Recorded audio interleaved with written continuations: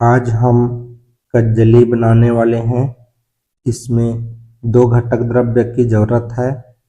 सबसे पहला है पारद, जिसको पारा कहा जाता है और अंग्रेजी में मर्क्यूरी कहा जाता है। ये एक धातु है जो रस के रूप में रहता है, मतलब ये रसायन है, ये मेटल है। इसको हम जितना लेंगे उतने ही मात्रा में इसमें हम गंधक लेंगे। गंधक जिसको सल्फर कहा जाता है, इसको भी शोधित करके लेना है, ऐसे ही नहीं लेना है। शोधित करने से गंधक के जितने भी अवसाद हैं, जो विजातीय तत्व होते हैं या जो नुकसानदायक जो रहते हैं तत्व, सब बाहर निकल जाते हैं और शुद्ध गंधक हमें मिल जाता है। तो बिना शोधित किए गंधक को प्रयोग नहीं करना है। आयुर्वेद में इसका वर्णन है कि जैसे हम जो औषधि होता है उसको शोधित करके ही लेने का विधान है, नहीं तो फायदा की जगह नुकसान पहुंचा सकता है। और दोनों को हम बराबर मात्रा में खरल में ले लिए हैं और इसको हम खरल करने वाले हैं। और खरल करके तब तक खरल करते जाना है जब तक कि हमें एक काला चूर्ण प्राप्त न हो जाए।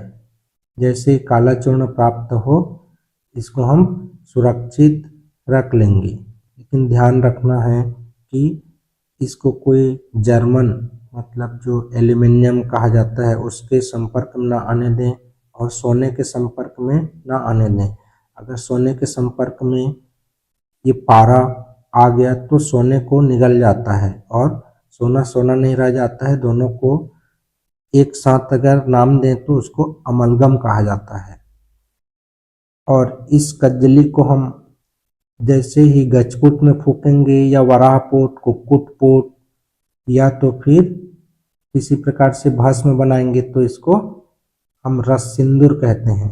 रस जैसे कृमि कुठार रस, मकरध्वज रस, आरोग्यवर्धनी वटी, त्रिभुवन कीर्ति रस, रस माणिक्य, इन सब औषधि में हम कज्जली का प्रयोग करते हैं। और इसको जैसे हम सेवन करते हैं, इसके बहुत से फायदे हैं। जड़ी बूटी तो अपने आप में दिव्य हैं, फायदा देते ही हैं। अगर हम इस रसायन का जिस औषधि में उल्लेख है उस औषधि का हम सेवन करते हैं तो हमारे शरीर में जो नाड़ी होते हैं उसमें रक्त संचार करता है। सिर्फ नाड़ी ही नहीं, सूक्ष्म नाड़ी और अति सूक्ष्म नाड़ी में रक्त संचार करता है और हमारे पाचन शक्ति को सुधारने में, कमजोरी को दूर करता है, रोग प्रतिरोधक क्षमता बढ़ाता है और हमारे फुफ्फुस के जितने रोग होते हैं उस सब को बाहर करता है।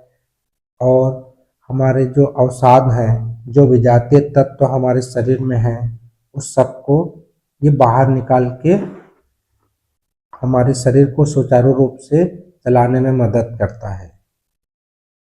और हम इसका प्रयोग जो है किसी अच्छे वैद्य की देखरेख में करेंगे, घर में इसका प्रयोग नहीं करना है। ये वीडियो सिर्फ शिक्षा के लिए है, ज्ञान के लिए है और आयुर्वेद के विज्ञान को दर्शाने के लिए है। कृपया घर में प्रयोग ना करें। जो अच्छे वैद्य हैं, जो आयुर्वेद के जानने वाले हैं, उनके लिए है। और सामान्य व्यक्ति अगर सीखना चाहे तो सीख करके इसका प्रयोग कर सकते हैं। अगर वीडियो अच्छा लगे तो लाइक करें, शेयर करें और सब्सक्राइब करें। हम अगले वीडियो में मिलेंगे नए जानकारी के साथ और अनेक अनेक प्रकार की जो आयुर्वेद ग्रंथों में जो उल्लेख औषधि है उसका भी वीडियो मैं डालने वाला हूँ यूट्यूब में। बने रहें हमारे साथ और चैनल को सब्सक्राइब करें।